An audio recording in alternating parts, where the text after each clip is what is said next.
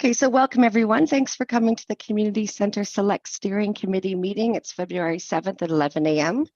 I'm going to start us off here, and then when we get to our elections, we'll have a chair take over. Just want to start by, we've got a lot of new people in the room, and it's a nice big group. If we can do some introductions to start, please. I'll say your name, and you can put your hand up and say a tiny bit about yourself. Can I start with Councillor Getty? Hi. Newly elected to council, been on the Hearth board for a number of years prior to that, and helped work on the MOU.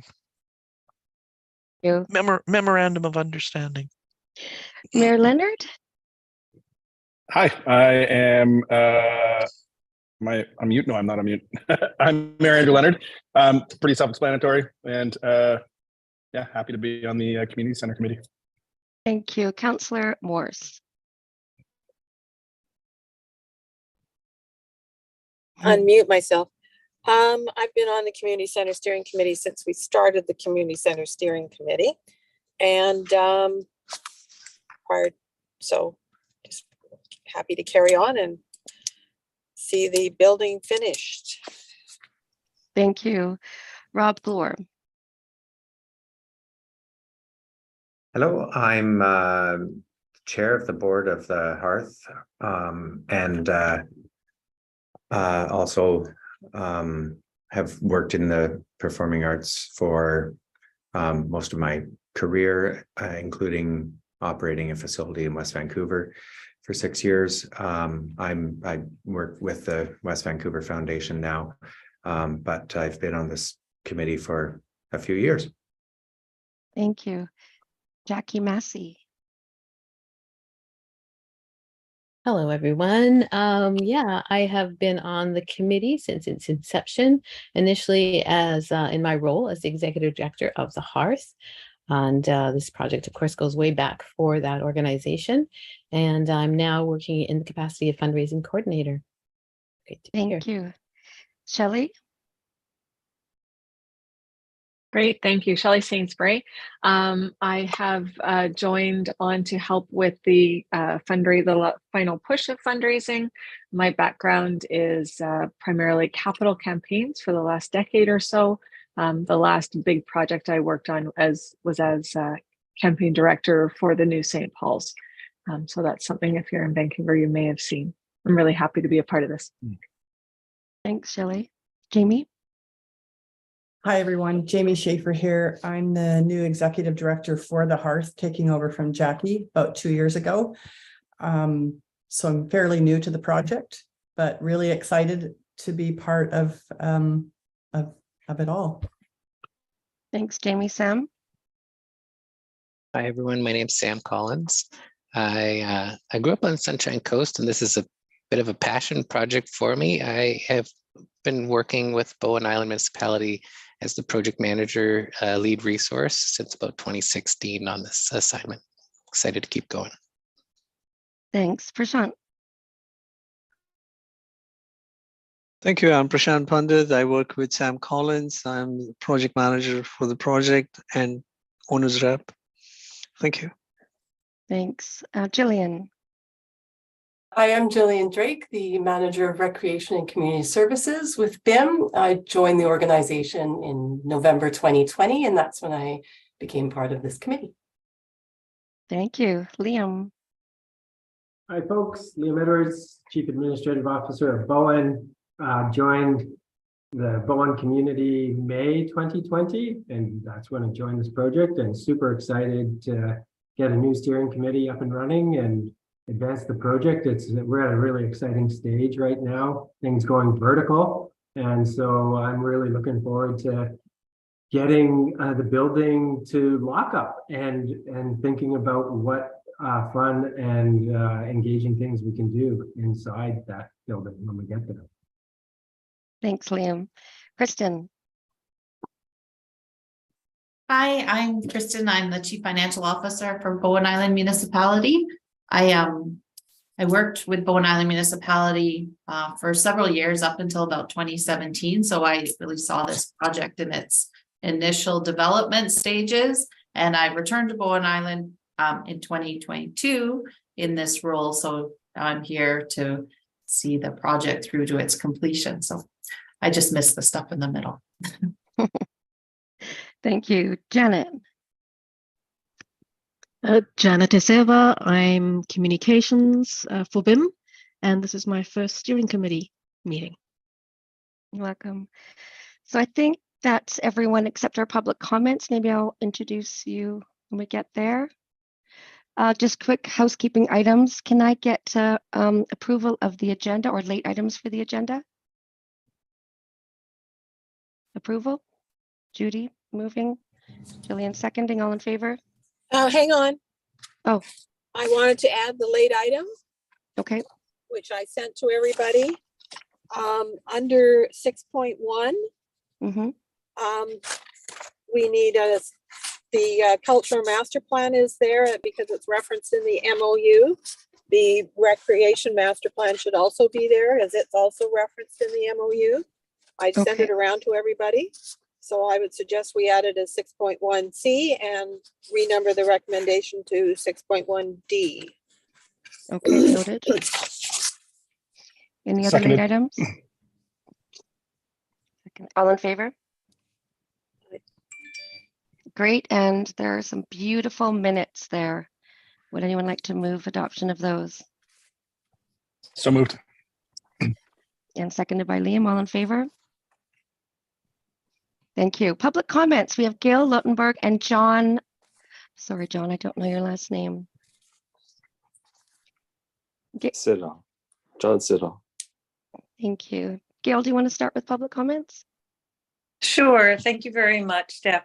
My name is Gail Lautenberg. I'm the chair of the Hearth Performing Arts Committee, and it's in that capacity that I'm here. I'm also an artist, a dance artist, and I'm a business owner on Bowen. I own the Bowen Island Core Pilates studio.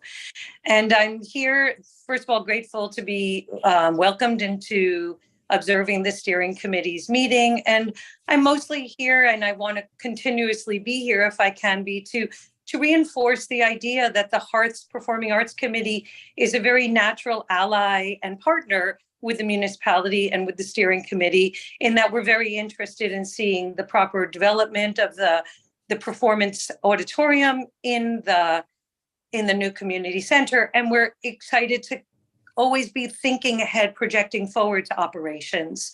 When we get this building up and running, we have to have a good plan in place, and we hope to be a natural partner.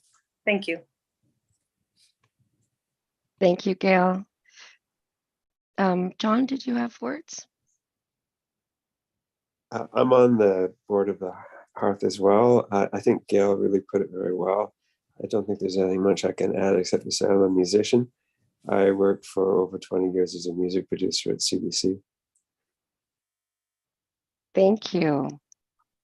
Okay, next we're going to have Sam Collins, our leader, our brave project manager.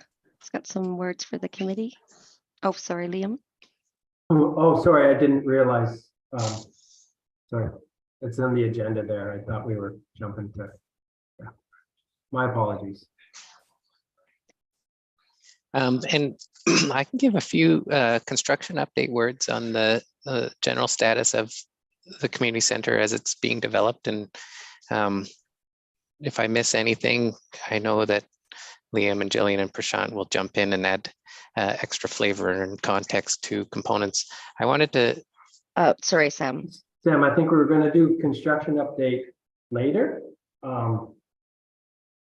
Okay. 7.1 on the agenda. I think now there was a welcome to new members in steering committee briefing, a discussion about the terms of reference. Is that right?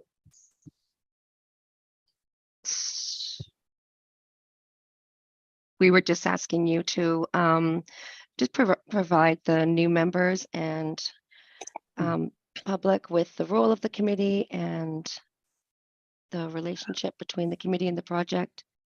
Sure. So the project itself is being developed. I'm going to start sort of on the current state piece.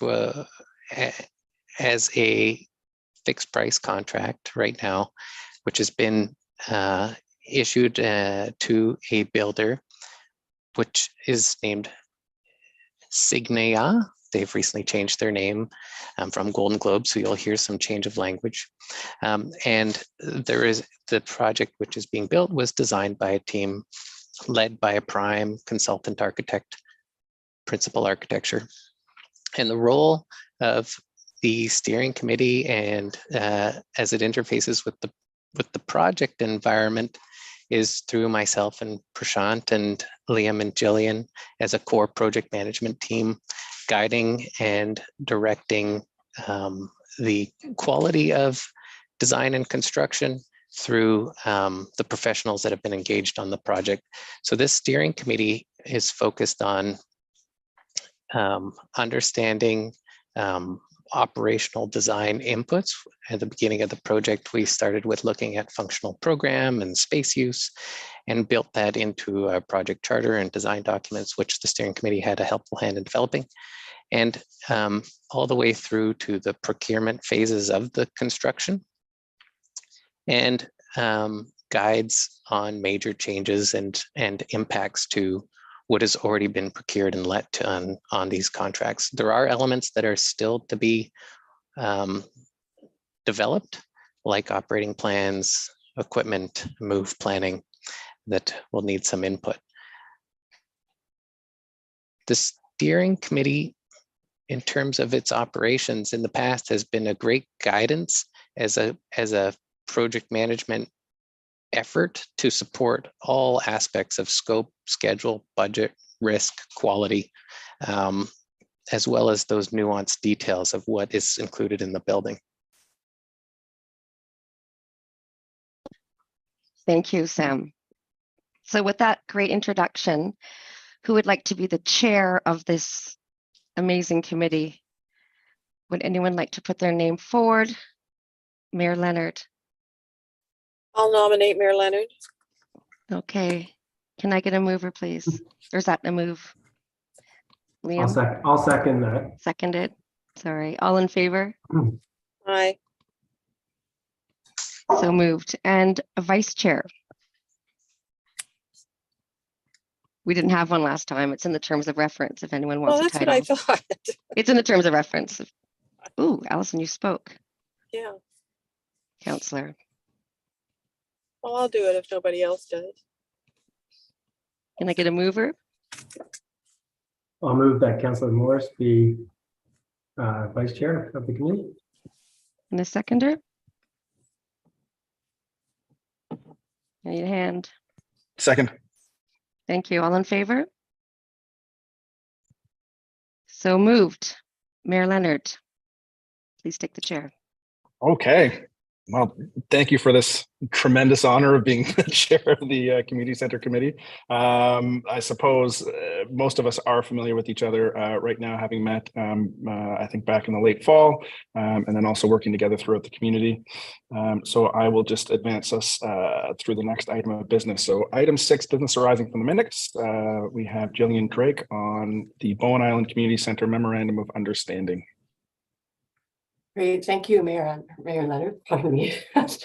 The intention with bringing this item on the agenda is not to review this MOU. It's been referenced a couple of times already, and I think we know what a great reminder it is of the long-standing collaboration between BIM and BIOC, or now the Hearth, and particularly as it pertains to this project. So not only have we been working in partnership through the design and construction, but as this MOU lays out, the intention is really to continue that into the planning for the management and operations of it. So I'd like us to skip forward within the MOU to section E, management, and I can pull it up on my screen if that would be helpful. Okay.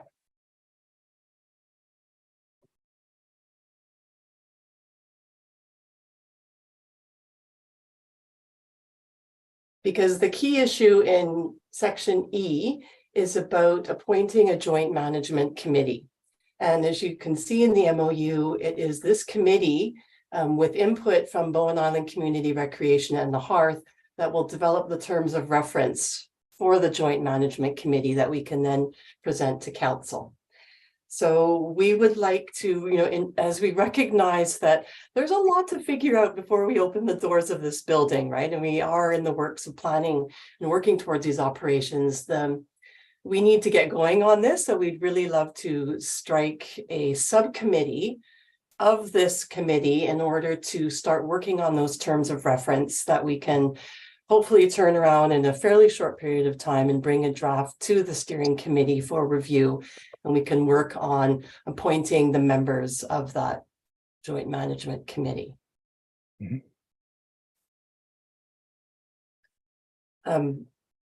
So we were looking to this committee to who might be interested in doing this. I think I can stop sharing screen, right? Everybody's seen that and the public would have had a chance. Okay, I prefer to be able to see everybody at the same time. It's nicer. So Liam, I think you had some thoughts too about the composition. Well, I do. And I think that it's, well, one, we're lucky that we've got a great, strong team to. Liam, can you speak up? Yeah. I think that, how's that, Allison? As that Councillor Morse, is that okay? Can Maybe everybody you're else, too far from your mic, or your mic needs to be.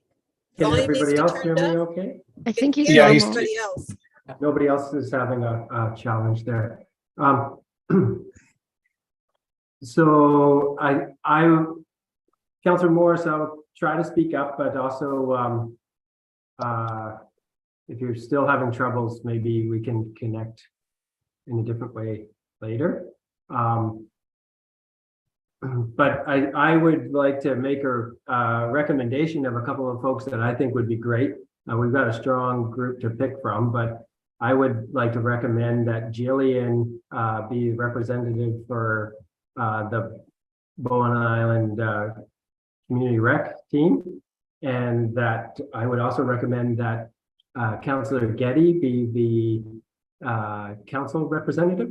And that I would also recommend that Rob Glore be the Hearth representative.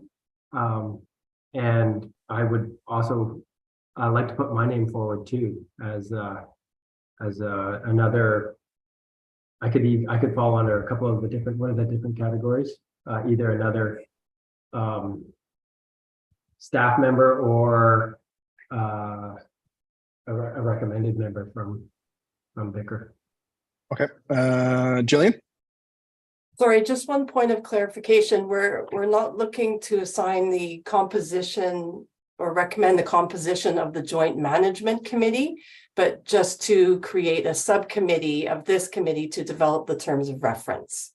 That's so right. We're not bound to. Oh, right. I was looking at the criteria for the actual Joint Management Committee. So this is really just we don't have specified criteria for this subcommittee, but rather that they need to be members of the joint committee or of the steering committee. Sorry. Thank you, Jillian. I appreciate that clarification. So my recommendation still stands for those members. And knowing that anything that the subcommittee would develop comes back to this committee for review and consideration. And then from this committee, ultimately, council approves the joint management terms of reference. So, yep, go ahead. Okay, sorry. I didn't quite hear Liam's comments. Who are you? What you said had three people? Yourself, one? So myself, Jillian, Councillor Getty, and Rob Glore. Okay, so I guess the thing I was thinking about was that we should have, my thought was to ask the staff members that are on this committee, not necessarily you and Kristen, but Jillian and Jamie, to have a cut at the agreement and then bring it back to the committee for comment, being the ones that would be more, and you could be the third person. My thinking there was that both Rob and I might be in positions that can help get to a crisper document that would have more organizational support and buy-in earlier, if we're both at the table. So, okay, so then. So that they wouldn't have to each, so that Jillian doesn't have to then find time with me to go through it, and likewise for Jamie. Then my comment would be Jillian, Jamie, you and Rob as the suggested. Partly because a lot of what the joint committee is going to do is it's programming. And so you need the people there that are going to be, you know, involved with, you know, how that all works. So that was my idea for people that should. Thank you. So I notice Councillor Getty's hand is up. Just a note from the chair here, because we have so many people on the call, it would be appreciated, just for the sake of order, if you do want to speak, use the Zoom function to raise your hand, because it just pops you up to the top of my screen and gives me a speaking order. And I will go over to Councillor Getty. I'm happy to work on the committee. I think it would be very interesting, and I'm kind of feeling like Jamie and Jillian have a huge amount on their plate, and I'd like to take, I think, some of the load off and share it. I've worked with Jamie and Rob in the past, and that's worked very well. Get along reasonably well with Liam. I think it's a good group. I would be happy to help. Okay. Seems like there's some nods around the table. Do you want to move that recommendation and add the names to it, Councillor Getty, and we can seek to adopt?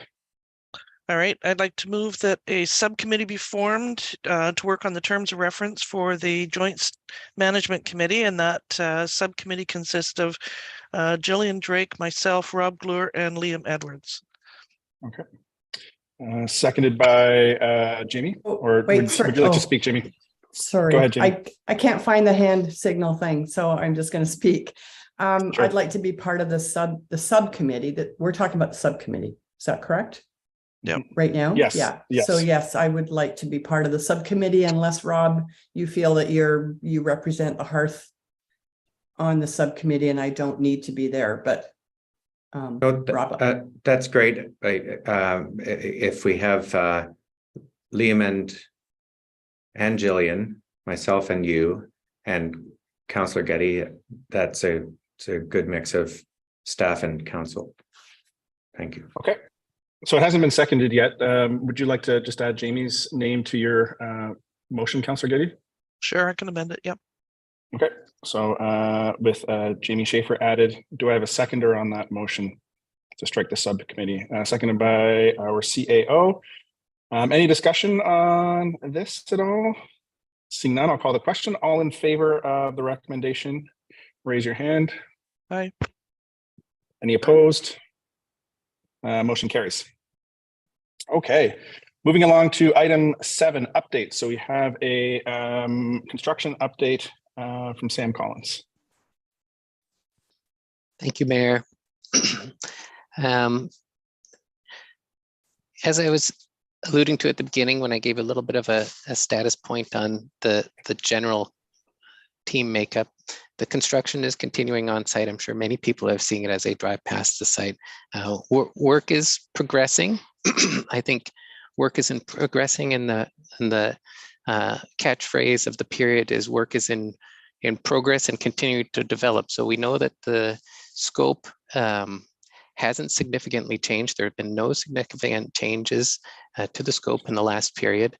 However, we are seeing some vertical progress on site, which is really good. So we're seeing framing occur and the form and character of the facility start to take shape and develop. There has been like I mentioned previously, a name change to our general contractor, prime contractor, from Golden Globes to Signia. If people notice a name change in site signage, it isn't a team change at all. It is the same resources. In fact, our general contractor has ramped up some on-site supervision resources as well, bringing us some greater quality and safety management on the site. So no accidents have occurred, and the team continues to perform. However, as is quite common in this time of the year and coming out of the ground, I think we talked about it in the last few sessions as well, although it's been a few months since this committee, and of course it's a new committee has got together. We are slightly behind schedule, and the contractor is looking at techniques for catching up on those elements and making good on their time commitments within the contract. That is the summary of the construction right now. I think if there's questions, I'd happily share some. People will start to see other elements arrive, like glulam timbers before the end of this month, and more erection, more enclosure of the facility as the envelope gets filled in. And the area we're looking for catching up on time will be the fit up of the interior and the rest of the framing. Thank you, Sam. Any questions for Sam? Councillor Getty? In the project summary report from January 23, the bottom of the first page, that was planned but not accomplished this period was the earthworks volume under the building footprint deemed included in the base contract. Those discussions that were ongoing, has that sorted itself out? Just as a point of order, I believe that's an item in the closed agenda, is it not? Yes. Correct. Sorry. Okay. No problem. So we can tease out those specifics as to project budget, scope, and schedule in the closed meeting.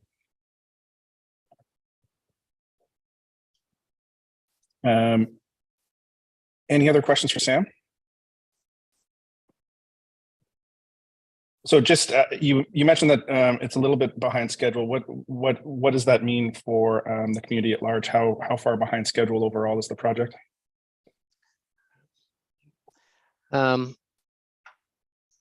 I think at the moment the schedule that we've seen as a slippage, Mayor has an ability to be caught up, and that is the action plan we're working with the general contractor to perform on.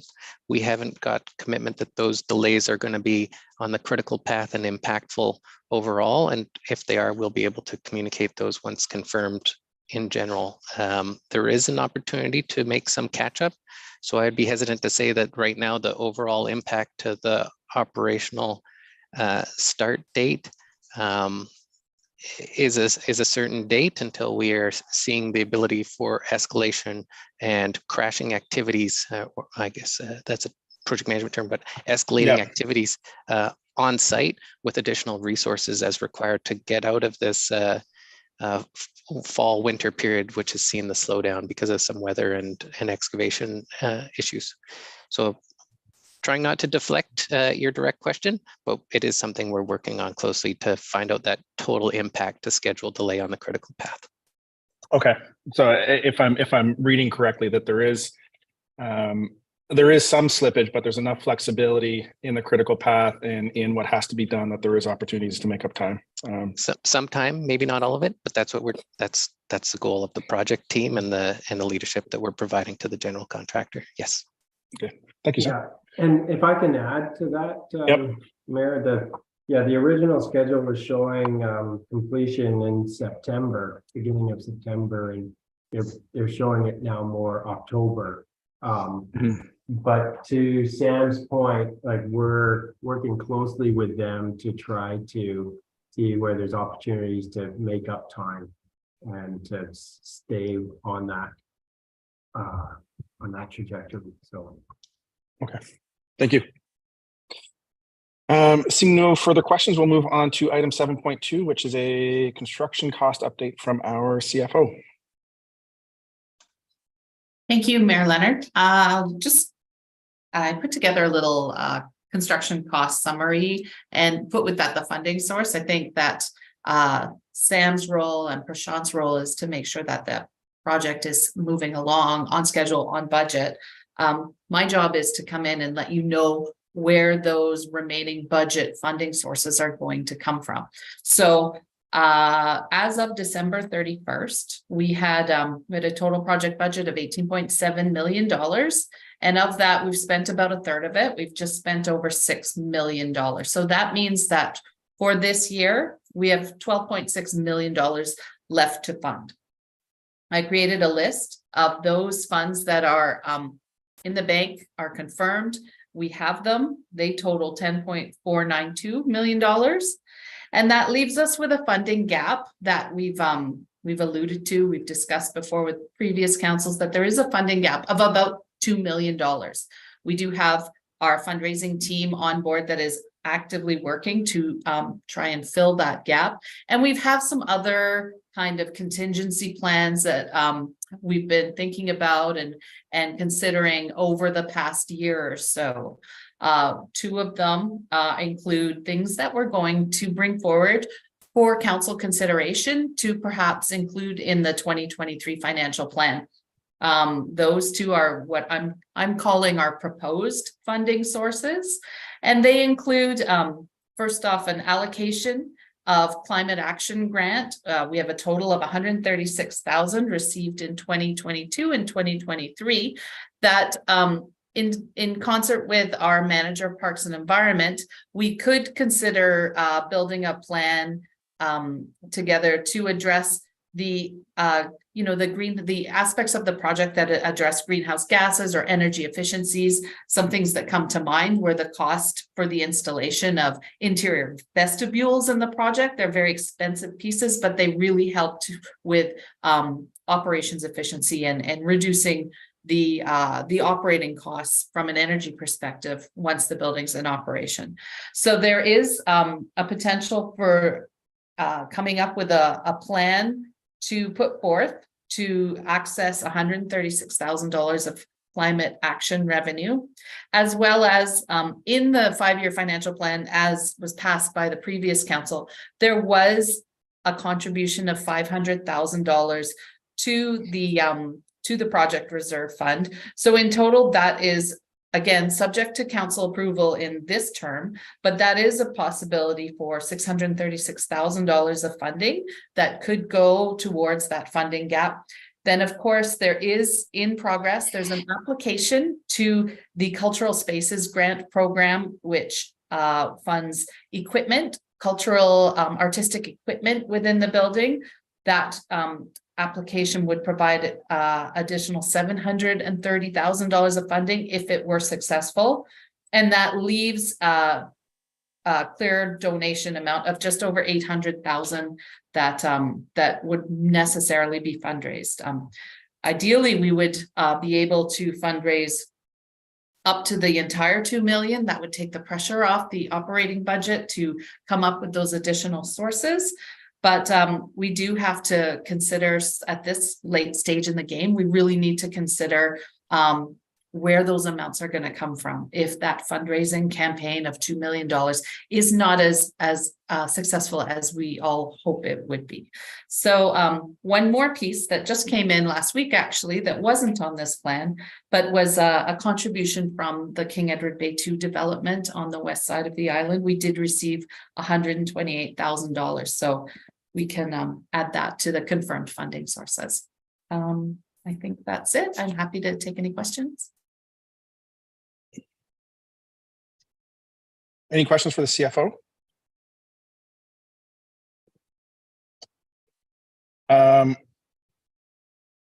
So in total right now, we're looking at a $2.2 million gap to close between now and the end of construction. Mm-hmm. Okay, and then so in these unconfirmed grants, so the Cultural Spaces grant and the donations to be fundraised for 2023, if those aren't realized either through donations or a successful grant application, when do those need to be included in our budget process that's coming up? They would need to be included as the project nears completion and we start seeing the need to access additional funding sources. We do still have some in accumulated surplus. We have about $1 million in accumulated surplus. That is our safety net. It is not a source of funding that we would look to access. It would be our kind of fund of last resort to access. It really is our working capital. It provides us with the liquidity and the ability to fund our operating expenses throughout the first 6 months of the year.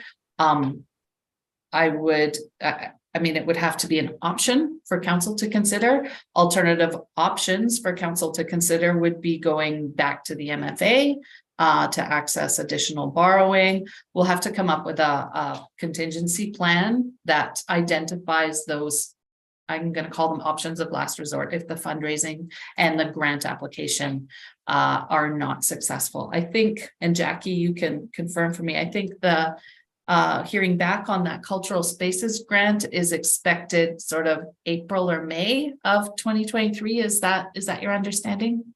My understanding is that we will hear back whether or not it will move from the regional analysis into the federal analysis around early spring, they said. Okay, yeah. Thank you. Okay, so just to clarify on that, the cultural spaces grant, it moves up the chain for approval in the early spring. Is that correct? That's what we understand, yes. Okay. Mr. Edwards? I just wanted to add on and thank the CFO for that explanation, which I thought was quite good. But also from a cash flow management perspective, there's a minimum of 10% holdback that is applied to every progress claim that comes in, which equates to approximately $1.5 million. And if the project remains on the current schedule, we would be looking probably to be releasing that in October or November. And so we don't release that 10% until all of the commissioning has been completed and the deficiencies have been resolved. And so that is the cash that we need to have available. We need to identify the funding source that the CFO is referencing, but we don't need to cash flow that until probably the earliest would be November. Okay. I suppose the only concern that I'm voicing both from this chair and from what I've heard out in the community is that there is a significant portion of funding that has not been accounted for and that remains sort of in balance. So grant applications can go either way. Donations can go either way. There are elements here, a climate action grant being put into this, might be up for discussion by council. Same with a budget contribution being up for discussion by council as well. And given that this is a project that's due to have occupancy taken in this fiscal year, I'm concerned about this, these loose ends coming up as we do a budget process and ultimately impacting our budget and our 5-year financial plans. If these risks aren't mitigated. So it's not a question, just a comment. Mayor Leonard, can you clarify your comment about the sources of funds not accounted for? I'm not quite sure.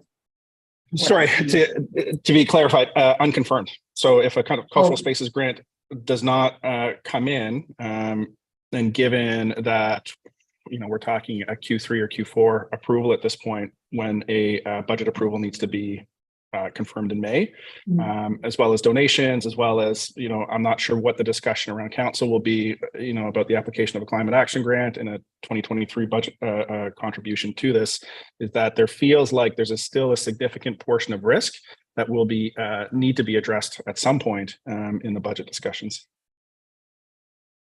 Thank you. I think that's sort of where we're getting started here with this one-page report. It's to really identify what is at risk versus what is confirmed, and come up with a list of potential alternative funding sources or funding mechanisms that could be accessed in order to address that gap. So as part of the 5-year financial plan approval process, we're going to put it in the budget one way, but we're also going to make it quite clear to council what the alternatives are. They would, of course, require a budget amendment once we know that we need to either turn to those sources or use alternative funding sources. But we are going to build the budget and plan the budget under one set of assumptions, and then have a backup plan.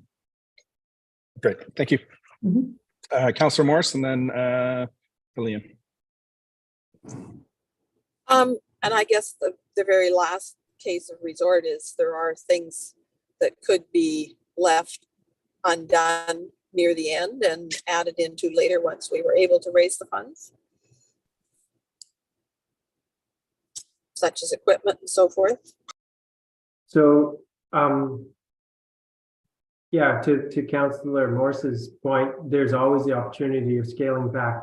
There's the reality of the fixed price contract, which must be honored. And if we were going to scale back any elements that are within the fixed price contract, it's not that we can't scale them back, but you pay a penalty. So it's not like if we were to drop a $500,000 component of the fixed price contract, we have to pay the profit margin and perhaps bonding and other elements that would have been accounted for by the contractor. So it's not a clear drop of $500,000 component results in a $500,000 saving, but that is definitely one option at our disposal. And Mayor Leonard, I just want to say that I really appreciate you coming at the project and all the new members bringing a new light and a new view on it. And because it's absolutely true that there's still risk in this project.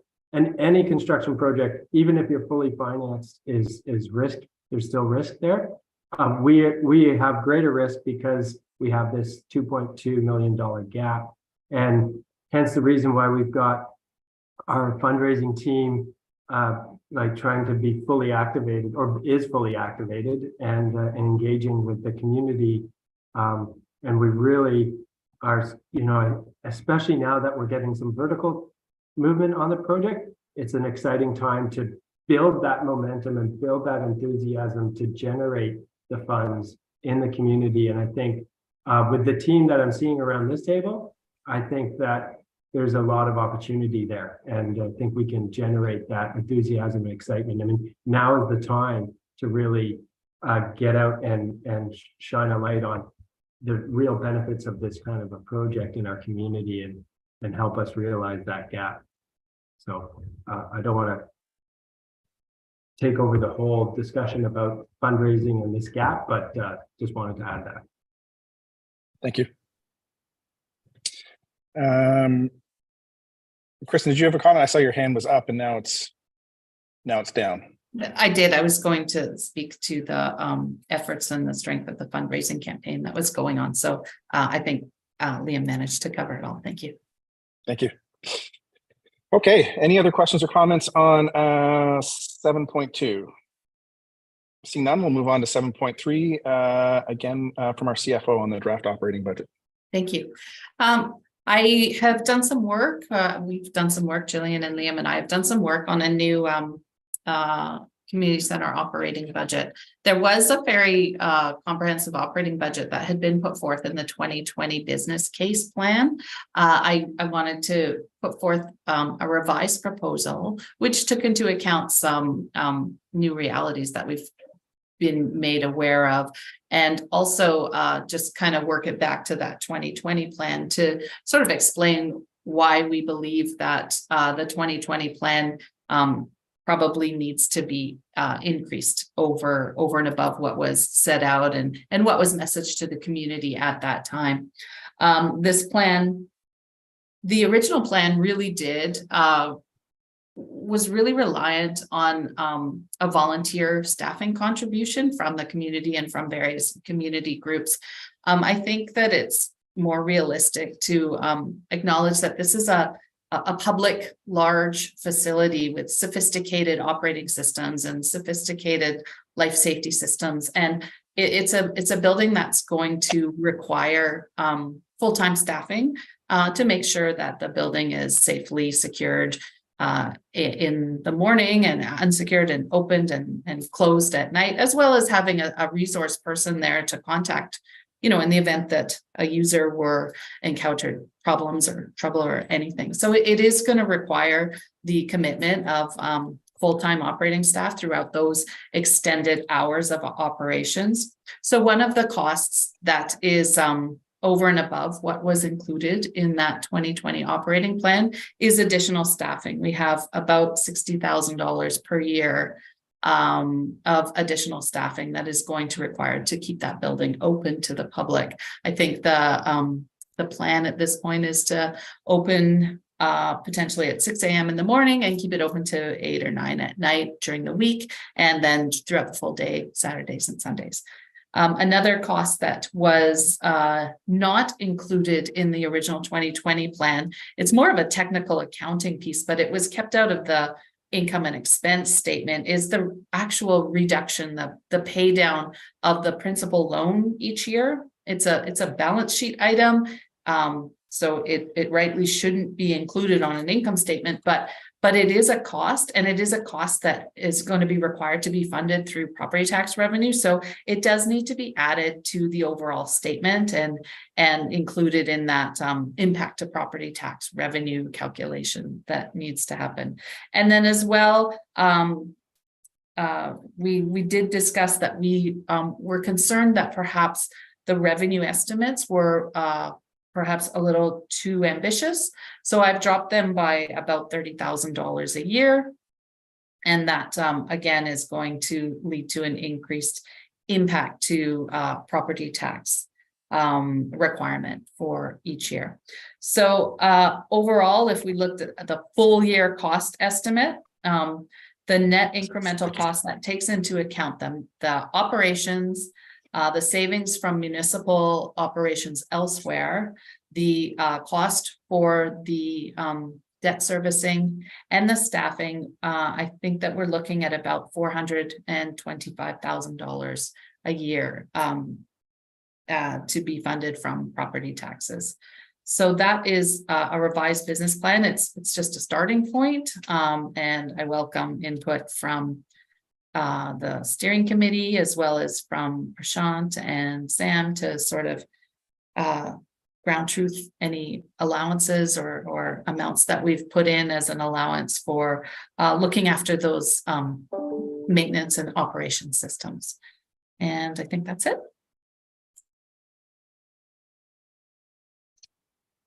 Any questions for the CFO? Councilor Getty? Kristen, in the the page that has all the numbers on it, there's incremental staffing costs at $227,000. Are those existing staff positions? No, those are the costs. I believe it's about 2.75 FTE that we've estimated. So that's a facility manager position, and then additional custodial staff to be there to open the building in the morning, to close the building at night, and to be there full-time on the weekends to and monitor that space. In the middle of the page, it's 227,000, and then at the bottom, increased staffing cost, it's about 60,000. So yeah, that's all new. There was, in the original plan, there was I think about 150,000 of staffing. So we're proposing that there be an allowance increased to the new plan. Okay. Thank you, Councillor Morse.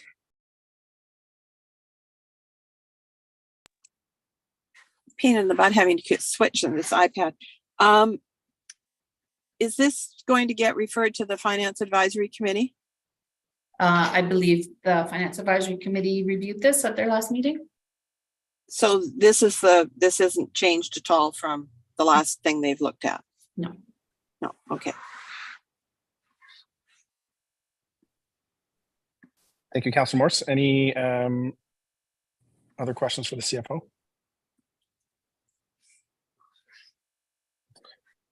Seeing none, we will move on to item 8.1, the grant opportunities. So I will turn it over to Jacqueline Massey. Thank you. So as noted earlier, our grant funding is an integral part of our fundraising strategy, and I just wanted to briefly update you on sources of potential funds that we are pursuing. So of course, as you know, in October, we submitted the application to the Cultural Spaces Program, and we asked for $732,000.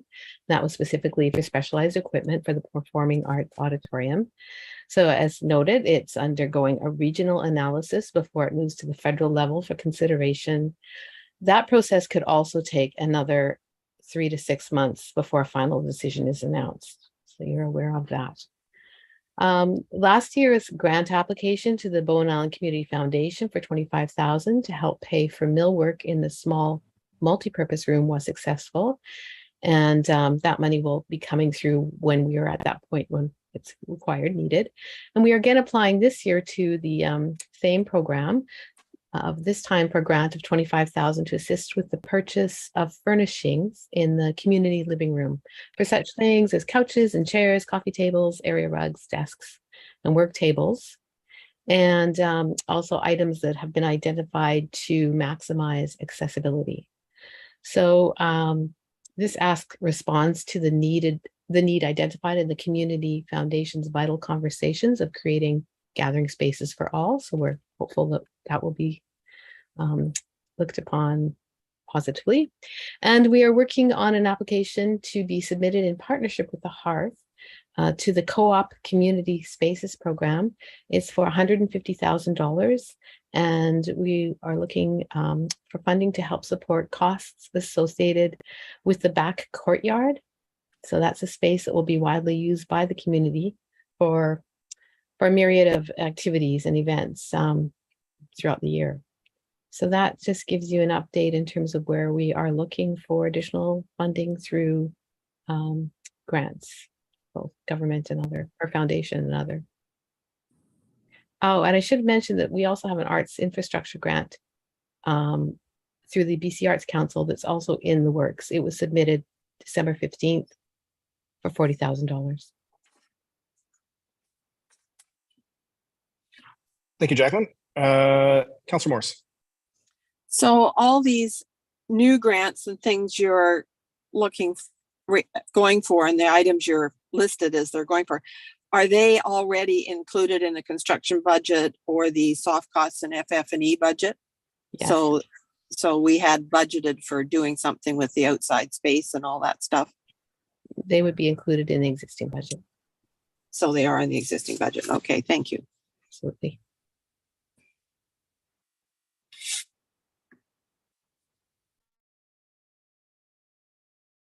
Sorry, I'm on mute. I'm just sorting out some computer charging here. That's great, Liam. I can take care of that. Any other questions for Jacqueline? Seeing none, we will move on. So we have a recommendation to move to a closed meeting. Can I have a mover for that recommendation? So moved by Councillor Getty, seconded by Jillian. All in favor, raise your hand. Opposed, motion carries. Okay, we are going to move